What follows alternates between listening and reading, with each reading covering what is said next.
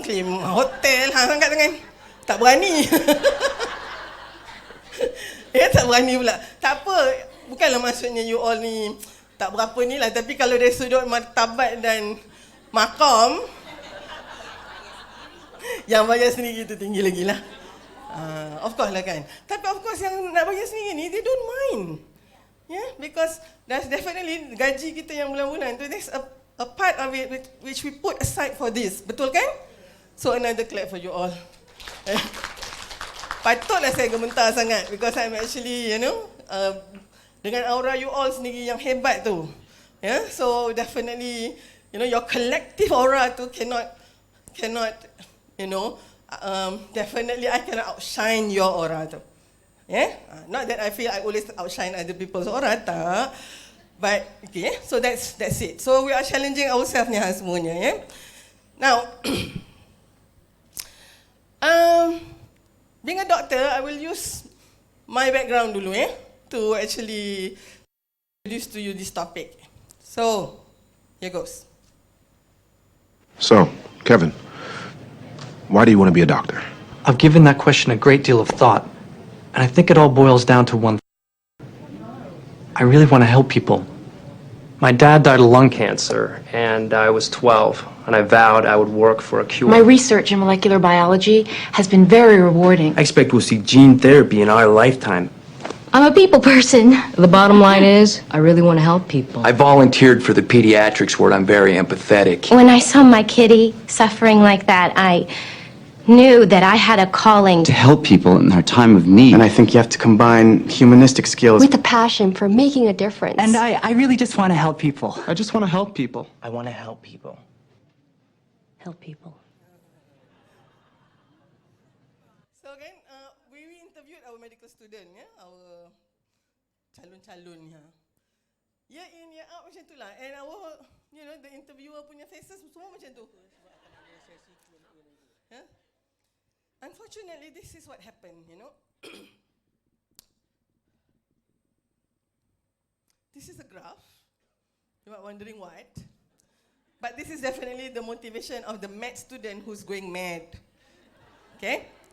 Mula tu dia kata, I want to help the world. That's in first year. Dia masuk year 5 or year 6, I just want to help myself. Masa dia masuk tu, dia tengok, wow, this is going to be like virtual reality lah, pusing sana, pusing sini. You can even have a 3D printing of this heart lah, whatever. Masuk year 5, tu. Betul. And I'm not just, this is actually educators, scientists, academicians punya convention. Have, evidence base, bukan ni je. But in 2016, published in JAMA, a systemic review and a meta-analysis, 7 countries of all the medical students, and we realized that 27.2% of our medical students are depressed. The question is, why are these bright cream of the cream whatsoever become depressed? You see, I have a confession to make. I jadi pakar tahun 1997. And lo and behold, hari ni jadi pakar, hari ni juga jadi pensyarah perubatan. I don't even know what to do. Saya tanya, my husband is a teacher. So dia bawa dia punya lesson plan kan, yang besar-besar tebal tu kan. So I tanya my professor, Prof Nick, kata, Prof, kita tak ada lesson plan ke, Prof? Sebab I tak pernah nampak dia bawa lesson plan. And now I'm a teacher. Macam mana ni? I remember Prof Nick kata, kita punya mana boleh ada lesson plan, dia kata. We are medical teachers, kita. It is so haphazard and opportunistic, dia kata. How can you plan? Macam tu. You don't know who's the patient you're going to see in the ward, who's are the patients coming in the clinic. So you cannot plan your plan. So I pun, betul lah tu kan. This great professor yang bagi tahu saya. So I actually went on without any plan. I just dive in. Being so passionate. So I just did this, did that. Masuk tahun 2002 rasanya. Close to 5 years kan. let me warn you all, yang baru-baru jadi cikgu ni. In higher education, there's a research showing that in 5 years, you get burnt out. You know, your tadi tu, graph tu, jadi plateau. That's why you datang convention ni kan? Thanks Kamal for, bringing all these people kan? They are very unhappy people ni. That's why they are here, and thank you for giving all those, presentation slots, because I know you do not want to hear people, you want to hear yourself talking to people kan? So congratulations lagi sekali lah pengajaran UKM. Yeah? We're going to do this again next year. Kan? For your mental health sebenarnya. Betul kan? Kak Asif pun kata tu.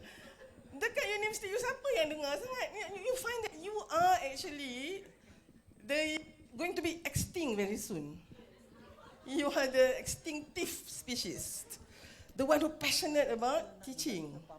Tapi tak boleh passionate saya, tapi tak mengkaji dan juga buat research. Your research should be in what you are passionate with. Mungkinlah tak masuklah Q1, Q2 tu, tak apalah dulu, but tell us what you are doing, and this is part of it. This is scholarship of teaching and learning. You share it, yeah? Okay, coming back. 2002, I rasa macam, ya Allah, boring sangat mengajar student. Bukan boring, benci. Sebab they are so stupid. Yeah? I rasa macam tu, and I feel very sad. My medical round, patutnya lebih kurang sejam macam tu, it getting shorter and shorter. Sebab I blew my talk. I kata, you ni mana lah otak semua geram betul kan? And I start to become that professor that I used to hate.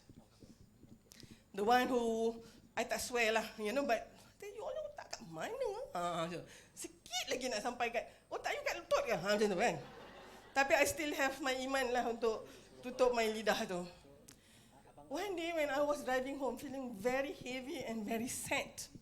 This was also the time where most of my friends are starting to go out one by one. Pergi private practice because they are also burning out like me. This small voice saying that, budak tu ke yang bodoh, ke cikgunya ni yang bodoh. Wow, that was, apa bahasa sekarang? Sentak lah. I cried lah. Sebab agaknya, I was actually drowning. I need help ni. Macam mana nak jadi cikgu yang baik ni? Okay? Sebabnya, rakan-rakan, okay, clinical teaching has not gone from this in 1950s. Ini daripada klasik tau. This is a surgeon. So morning, Sir Lancelot. Good morning. Series lah dulu in 1950s about this surgeon. Morning, gentlemen. Good morning, sir. Not late, I hope. Not at all, sir. The surgeon semua keluar tu dia tu. He's the head surgeon. Come along, my man. You must pursue me. You must pursue me. I suppose you got another half-dozen boring cholecystectomies today. Yes, sir. After last night, I feel like one myself. How about that gastrectomy I did yesterday? Not so well, sir. Oh, pity. Great pity. Morning, sister. Good morning, Sir Lancelot. Everything ready? All ready, sir. Splendid.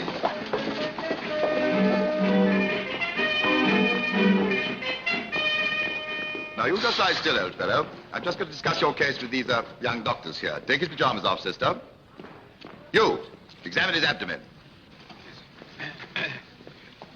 Take that grubby fist away. The first rule of diagnosis, gentlemen, eyes first and most, hands next and least, and tongue not at all. Look! Have you looked? Yes, sir. See anything? No, sir. Very good, carry on.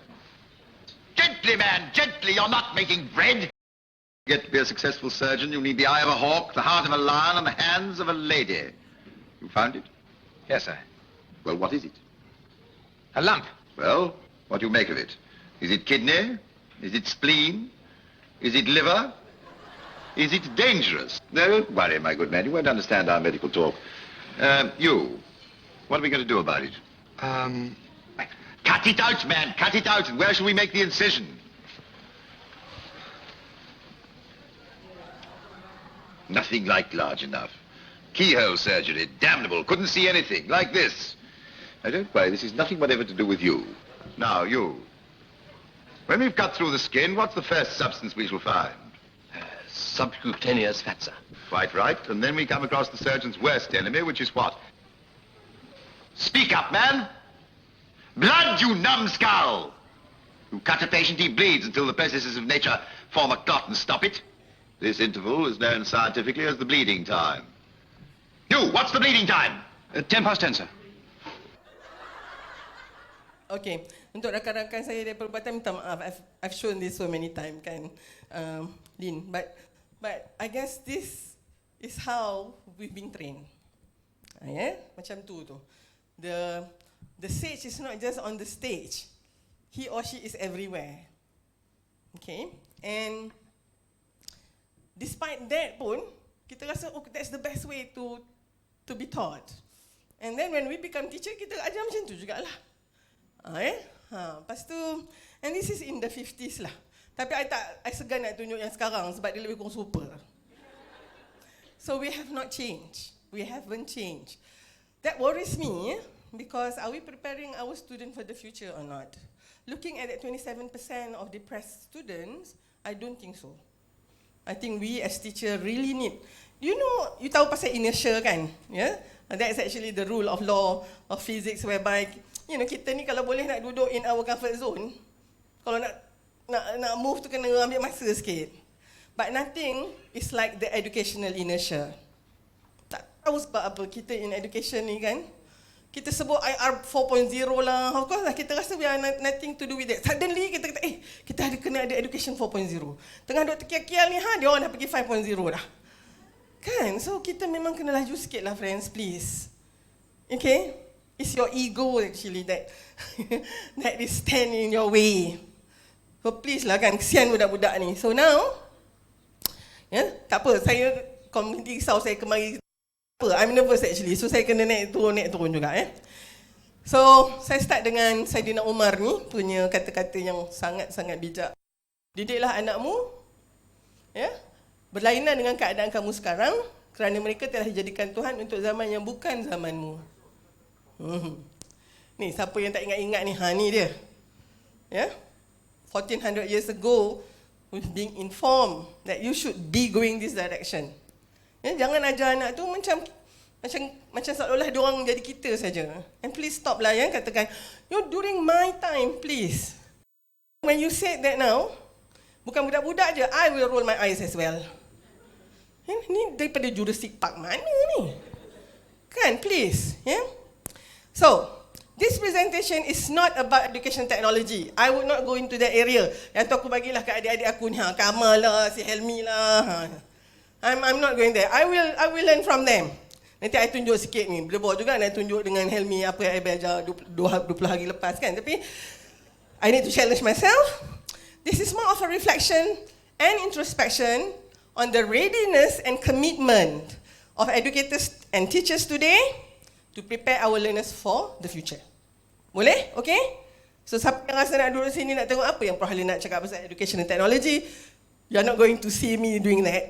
Okay? Or elaborating on that. This is more of your readiness, you and me. You see, in 98 actually, this is Richard Rayleigh, who is the Secretary of Education under Clinton administration. Dia cakap macam ni, we are currently preparing students for jobs that don't yet exist, using technologies that haven't yet been invented, in order to solve problems we don't even know are problems yet. Now the time is now. Okay? So sebenarnya we are way beyond that time where we produce job seekers, like you and me. 29 years ago when I graduated in 1991, I'm a doctor. I was a doctor, a generalist in a way. Tapi the only place I can seek for a work job is in the hospital. Tapi sekarang ni, dah 29 years down the line, anak murid masih macam tu juga. Ni ada 100 lebih student tengah menganggur ni sebab tak ada hospital untuk diorang bekerja. 30 years down the line. And that's why anak I tak ada seorang pun jadi doktor. Tapi aku cari menantu doktor. Bagus kan? Pandai kan? Okay. Right. So, we are here now. So, let's see. Yang ni, I tanya 3 soalan. What happens in your class 70% of the time? Students facing you or students facing each other? Or having their back at you now? Or, ada satu lagi sebenarnya. My student face my back. Faham tak maksud dia? Kan ada orang yang duk menulis lah, student nampak belakang dia je. So, I tak letak lah nombor 3 tu. Kemudian, soalan yang ketiga.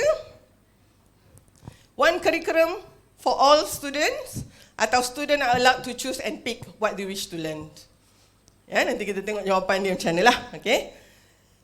Satu lagi. Student complete their assignment at home. Why it is called homework. Ya. Atau student work on their assignment in your class. Saya nak tahu je lah yang ini ni. Ya. Mari kita tengok Ustaz. Ada tak dia punya jawapan dia. Okay. Okay. Oh, 100% kata facing each other. Pelotak you lah.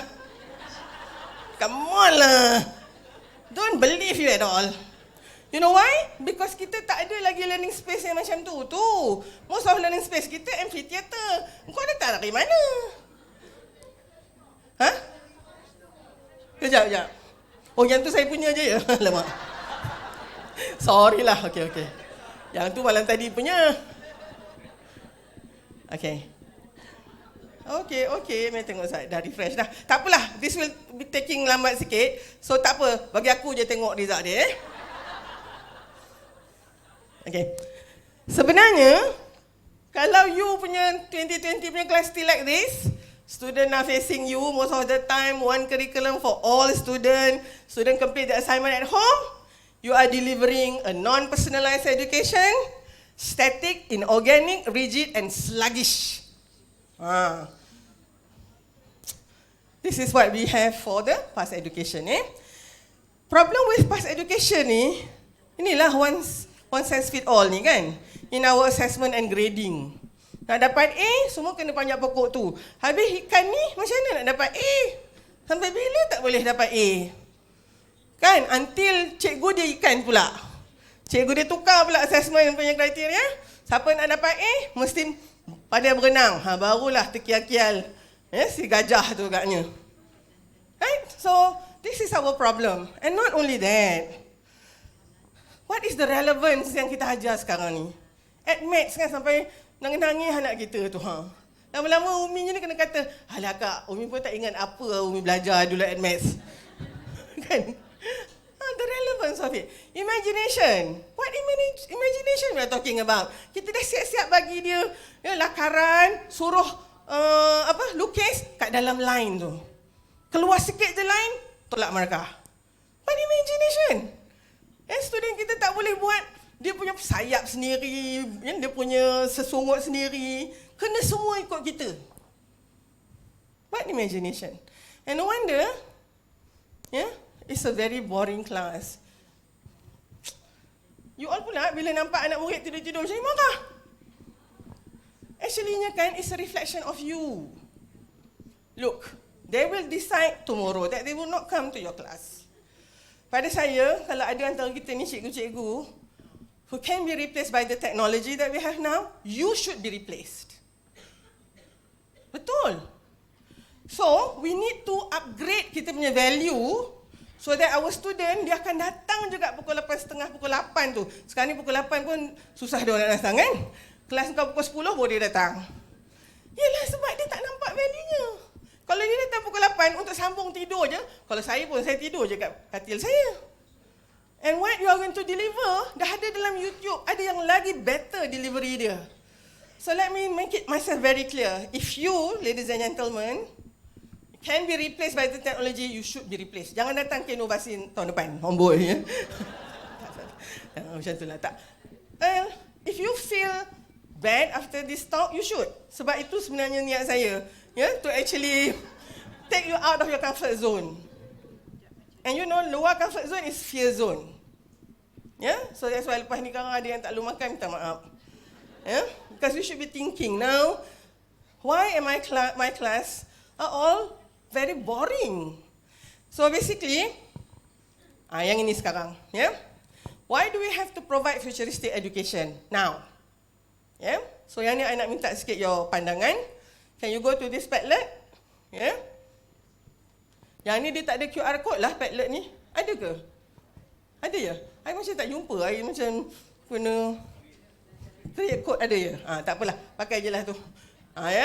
Sikit je, Padlet, Halina, and then future add. So, tulislah kenapa you rasa, why? Why do we have to provide futuristic education? If you realize, now I'm using Simon Sinek punya golden circle. Start with why. Inama la'malu biniat, semuanya tu bermula dengan niat. You kena tahu dulu kenapa kita provide this futuristic education. Boleh?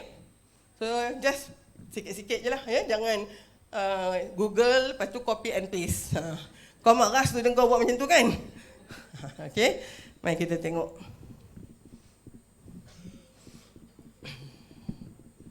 Jangan lupa refresh.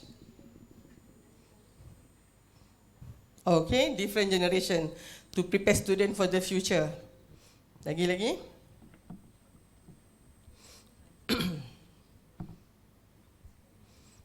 To prepare student for the future, align with current evolution. Wow. Nak evolve je ni. For sustainability and relevance, good. Coming up. Yes, to prepare student for the future, betul, okay. We keep blaming student for their bad result. Oh, so then you, alright. So thank you, yang ni dah ada insight sikit. New generation needs new methods according to their lifestyle, okay. Well, I'm actually among the converts, the converted, so dah senang lah, the believers. Tapi this is going to be a challenge, you nak cerita kat kawan-kawan yang lain lah. Lagi, because we have to fit in with new generation technologies, follow the dynamic. It's not necessarily kena cakap orang putih, cakap Jawa pun saya faham. So we need to have more than 2 languages now. Kasih tulis bahasa Arab pun, I'll try to faham kan. Okay. Now, fun and interesting, because when they reach the future, they are relevant to that future time. Yep. So I think we are all in line. I hope you can use Padlet juga for your ni, sebab your student suka nak tengok dia punya kat situ tu. Kan? Oh, nice. And you know what? I can analyze this dan jadikan thematic analysis. And boleh tulis tu paper Okay, alright. So basically, this is how I look at it. Of course, dia banyak lagi, but we need to prepare our student for this multi-career future. Anak-anak kita nanti dia ada career bukan satu je, banyak macam-macam.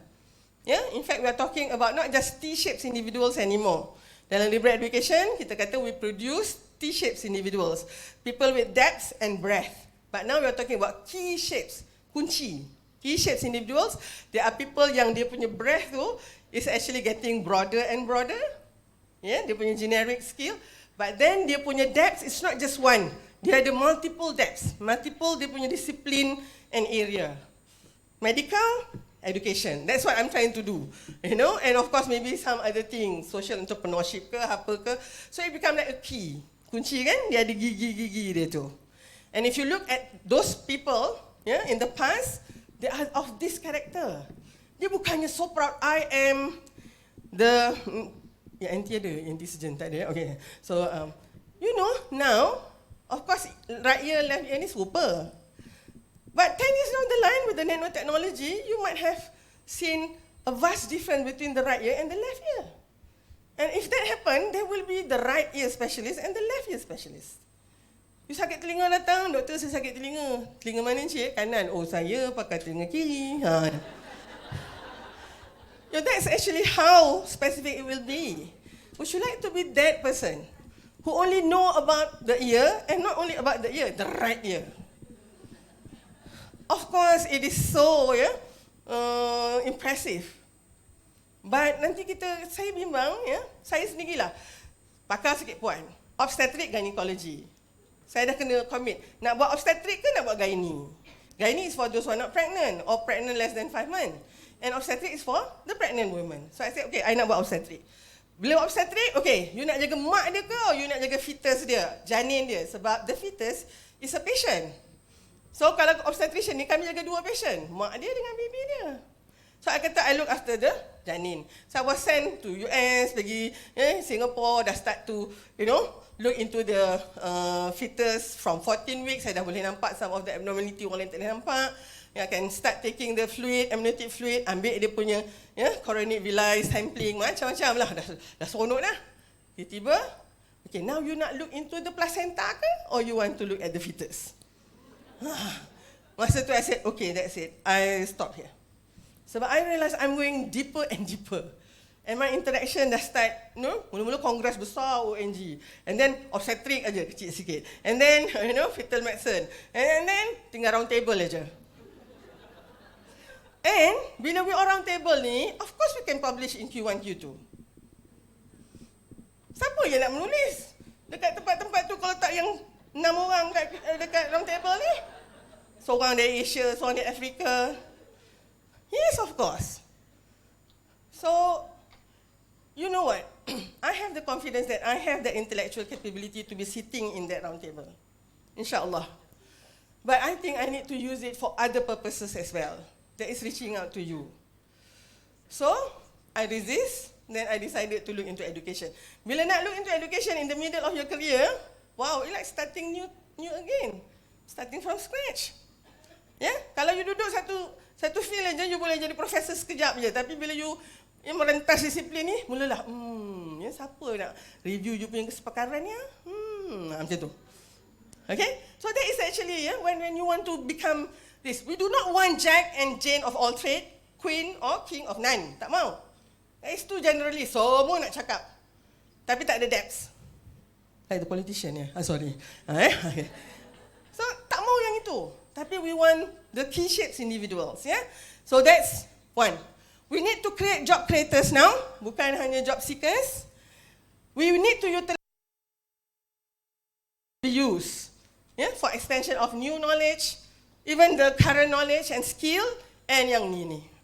You should dah hafal dah tahu SDG ni. Ada berapa SDG? Kira lah. 17.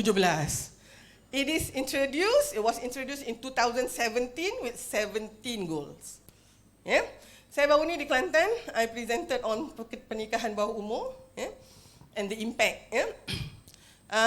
Pernikahan bawah umur ni, if you don't do anything much about it, 8 of the 17 punya SDG is not going to be fulfilled and achieved. Perkahwinan bawah umur, the main driver is actually poverty. So when there's high poverty, high perkahwinan bawah umur. And that is reflected in our country juga.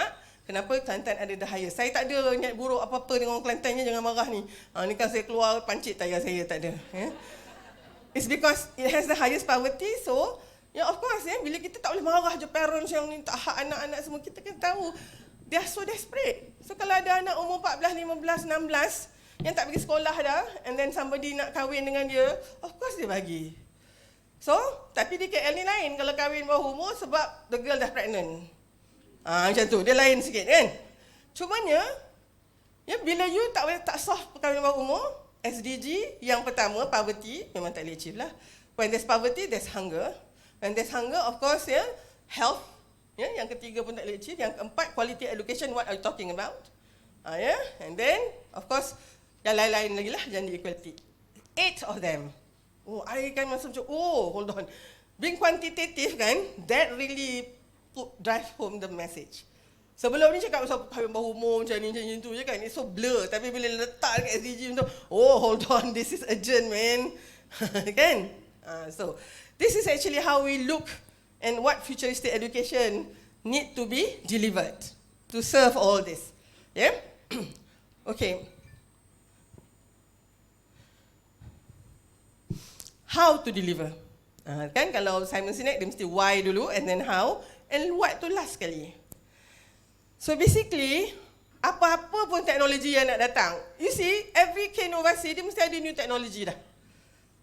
Semalam pengarah kita keluar dekat MHI kan, sebab drone dengan blood delivery kan. Itu dengan rakan saya ni, Prof. Zaliha dengan Prof. Ismail. Sekarang ni, you tak payah ada ambulans ni, drone je pergi. Now, it is in the pipeline. The drone can actually come to you because you are having, heart attack, and the drone yang akan bagi the CPR. melekat dekat sini, gebuk. Ini imagine tak? Well, yeah. So those are the technology. Tapi drone ni pun ada drone weaponology. Saya terbaca kan? You kalau you tak suka Dr. Halina ni, sampai kat belakang tu you launch your drone. Dia cari pakai facial recognition. Ni bukan Dr. Halina ni. Hidung bukan hidung Jawa. Dia datang depan saya. Betul. Ni Halina. Dia zoom je. Orang lain tak perasan. Tak tahu saya jatuh je dah. So that's the technology. Yeah. Now, whatever it is, rakan-rakan semua, being educator, we must make sure that this future education will ignite all these 5 main attributes. Tak kira lah apa kaedah dia. Tak kira lah anak ni anak orang asli ke, dekat Kuala Woh ke, kat Post God ke. Tak kira lah dia mungkin anak raja ke dekat istana mana. But education, actually kan ni bukan future je tau. Past, present and future, forever. Education must deliver this. Yeah, it must ignite passion. Habis kalau makin tertidur budak tu kat kelas kita apa? What does it tell you? It tells something about you. You tak boleh ni nak nikan passion budak tu. Budak tu tak hilang curiosity dia. Mana tidaknya? Ya, baru nak jawab je, marah. Baik, diam daripada nak kena marah. Okay. And then imagination. Ya, yang ini please lah. Bila imagination, they will go to places you have not been there.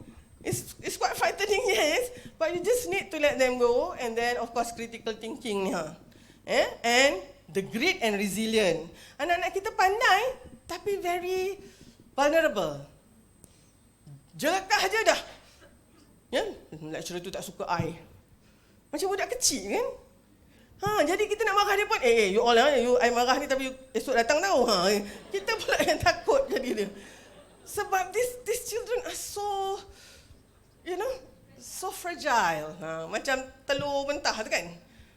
We need to, make sure kita itu maknanya kita as teacher and parents lah, tolonglah kan. We need to, raise resilient people. The rubber ball person, yang you 2 meters from the wall, you baling, dia boom, dia bounce back balik. You were like that kan? Why are we producing all these vulnerable people? Because you overparent. Yes, we are overparenting. So itulah satu Now saya ni tengah kat how kan. So I have to introduce to you this. Okay? Kami dah 2 tahun ni ada ijazah sarjana muda Sains Citra, Bachelor of Science in Liberal Studies with Honours. Apa benda ni? Well, this is actually what we want to showcase as our futuristic education. Dia punya flexible study structure, multidisciplinary, interprofessional education, and transboundaries.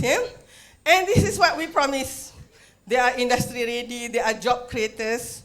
They possess all this multidisciplinary knowledge and skill. They are problem solvers on the go. They are multitaskers and versatile, reason and eloquent. I setiap kali tunjuk slide ni, perut I sakit. I'm going to have peptic ulcer very soon. And how do we deliver it? It has to be delivered lain daripada yang lain lah. Look, kalau student tu nak jadi doktor, dia pergi fakulti perubatan. Kalau dia nak jadi pharmacist, dia pergi pharmacist. Nak jadi engineer, masuk FK. Kejuruteraan dalam bina. Nak jadi nak jadi ustazah contohnya, pergi FI, pengajian Islam. Tapi kalau tak, budak-budak ni pun lain lah. Saya ada pengalaman dengan perubatan all this while. Dan bila saya 2 tahun ni, setahun 8 bulan dah saya jadi 8 bulan jadi pengarah ni, saya tengok budak-budak ni pun lain. Ini bukan untuk budak yang saya tak tahu nak jadi apa. Whatever will be. No, you are not suitable for this one. These are student yang datang cakap, Prof, saya nak jadi curator museum. Tu dia. Museum tu banyak jenis ya, Prof. Dia pula educate aku. Ada Museum of Arts, ada Museum of History, ada Museum of Agriculture. Saya rasa di Malaysia ni kurang sekali Museum of Agriculture. Okay. Bila saya tengok nak jadi curator museum mesti ada, a strong background of history. So itu saya mungkin kena ambil dekat Sains FSSK. Tapi pasal agriculture ni prosesnya saya mungkin kena ambil something dekat Universiti Putra Malaysia. Budak tu dah fikir macam tu dah. Kita ni yang terduduk sikit kat situ. Seorang lagi datang, Prof, saya nak jadi human resource manager, tapi bukan human biasa tu. Habis human yang macam mana? Saya tengok kat Dubai hari tu, dekat Net Geo.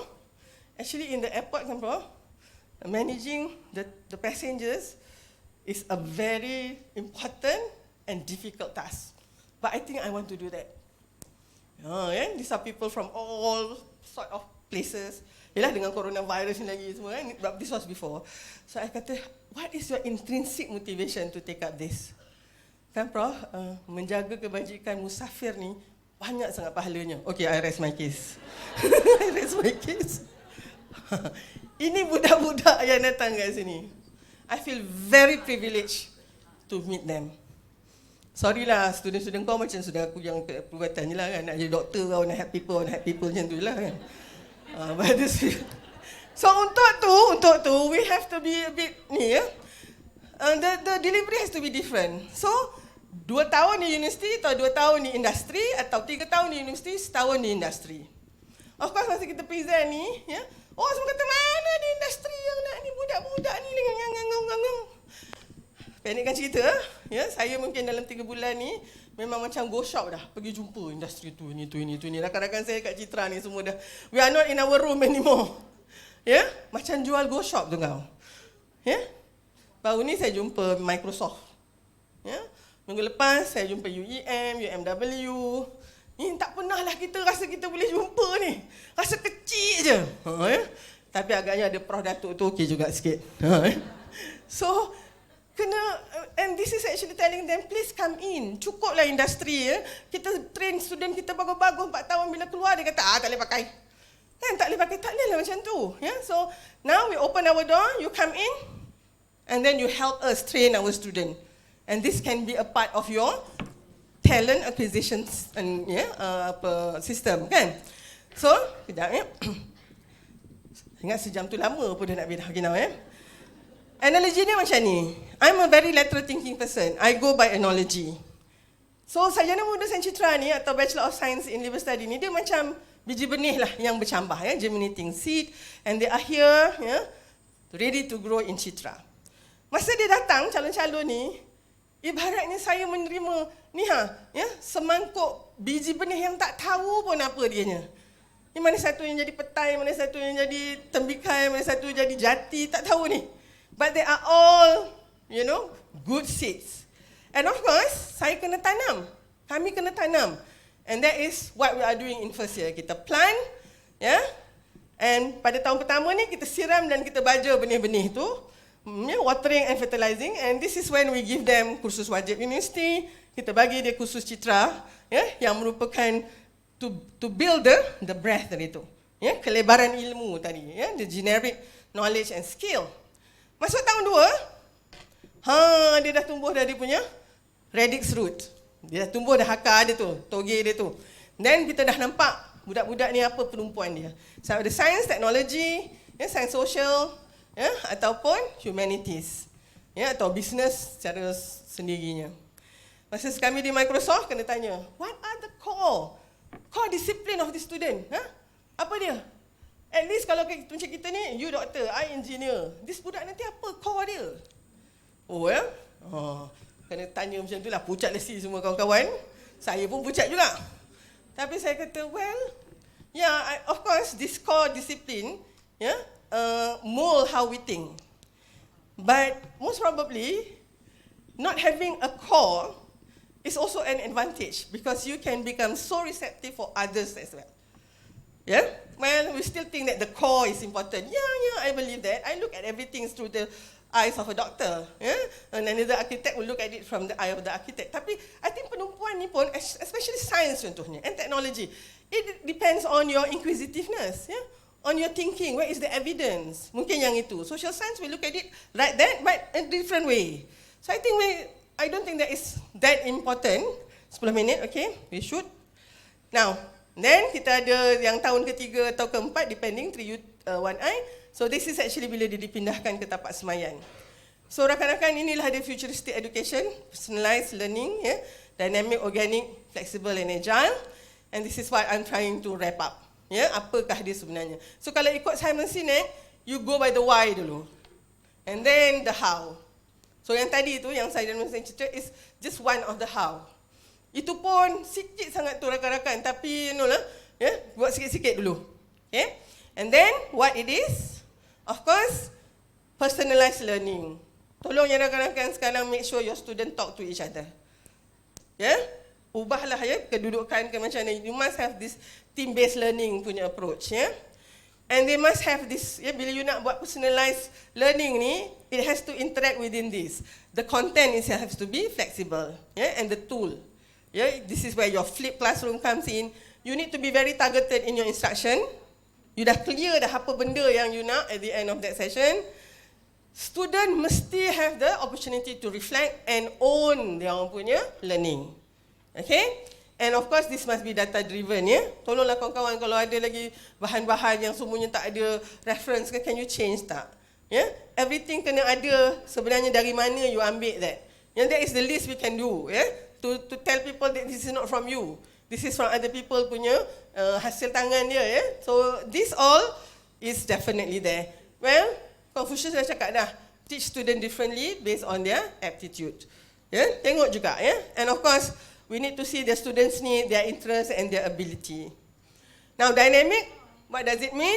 Well, this is just, it has to be, not stiff and static, They mesti changing, the activities there and the progress, and this is designed to meet all the needs of our learners, And I like that one, After all, a great teacher does all the work outside the class and allows students to do all the work inside the class.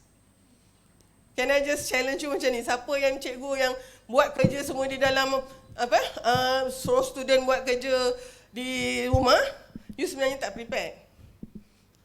You are a lazy teacher. You ajar. Lepas tu, okay, go back and read. 1. Ni homework you, muka 1 sampai muka 4, buat. Ni kau yang hantar.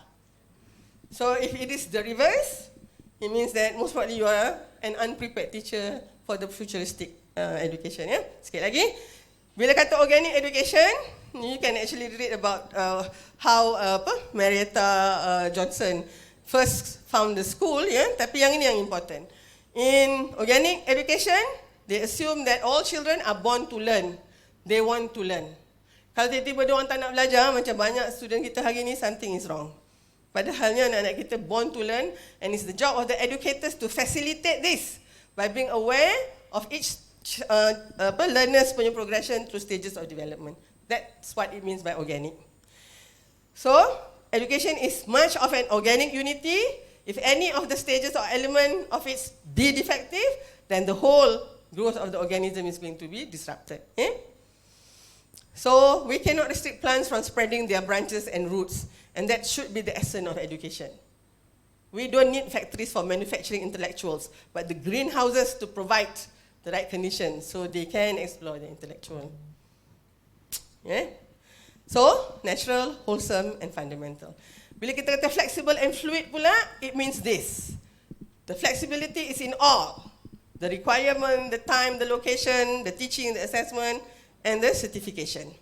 So, true meaning of flexible learning, flexibility of learning anywhere, at any location, duration of program, interactivity, communication, and support system. Well, of course, kalau ini kan jadi berceramuk sangat, so we still need some kind of, rigid boundaries gitu tu kan. Tapi, it is more towards, celebrating the students punya needs and attributes, okay? But remember, flexibility doesn't mean flip-flop. Ini satu hal juga. Bila dia dah kata perempuan dia macam ni, suddenly dia dengar alamak susah. Okay, dia nak tukar lain pula. You ketuk sikit kepala dia. Lepas tu bila dia kata, kan prof, this is flexible kan? This is yes flexible but not flip-flop. Kena ingat kan yang tu. Kalau tak dia tukar-tukar lompat-lompat je kan? Okay, sikit lagi. Now, agile. Apa dia agile ni? Agile ni basically macam-macam, but I define it this way. It is the ability to create and respond to change as quick as possible. Maknanya bila ada changes je, kita respond to it. Of course, taklah macam knee-jerk saja, tapi you are ready, forever ready. It's a way of dealing with and ultimately succeeding in, yang tu important, uncertain and turbulent environment. Coming back to that picture of my student who became depressed. I think we all have not taught them to be agile. And this is the agile mindset. They are open to new ideas. You know, they have this personal resilience and curiosity. They have this design thinking, which is coming up from critical thinking. They deeply engage themselves and empathy, and they test and learn through their mistake. And of course, ambiguity and uncertainty is something they welcome. Ya, diorang tak rasa takut. Hari ni kan kita cukup takut kan kalau benda yang uncertain gitu kan. Sekarang ni kita kata, oh uncertain, kita pergi, macam tu. That is agility. So I would like to wrap up by saying this. Patah Melayu kata, benda yang baik ni kalau dicampak ke darat, dia akan jadi gunung. Kalau campak ke laut, dia akan jadi pulau. Saya tambah sikit Kalau campak ke awan, akan jadi bintang berkilauan. Alright, okay.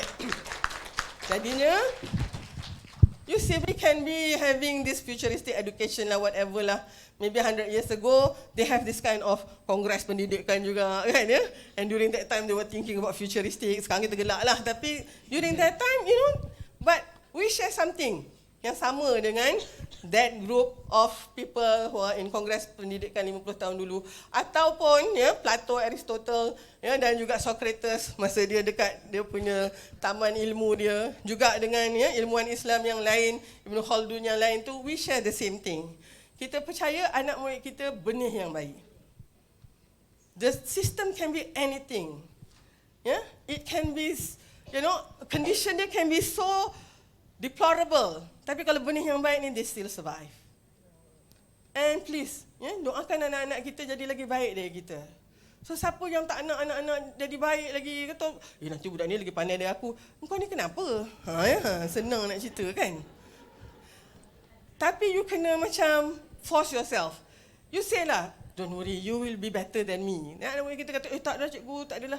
No, you know why? Because I'm your teacher. How's that? So you are going to be better than me. Yes. Untuk yang muda-muda lagi ni. Nanti agaknya 20 tahun, tak sampai 20 lah kot. 10 tahun you kena jadi macam ni juga. Arwah Prof Haru dia pernah cakap. Kau lah kena ready lah. Takkan aku nak hidup sampai 100 tahun. Okay? So you are going to be better, much better. And I'm actually, very thankful. Alhamdulillah you all are around. Ada lagi harapan untuk student kita. Because they are teachers like you all. Thank you very much.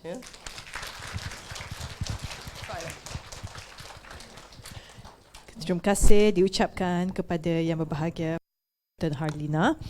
Sebagai penghargaan, majlis mempersilakan Prof. Madya Dr. Azmin Syam Rambli, Timbalan Pengarah Pengajaran UKM, untuk menyampaikan sedikit cenderahati kepada yang berbahagia Prof. Dr. Harlina. Dipersilakan.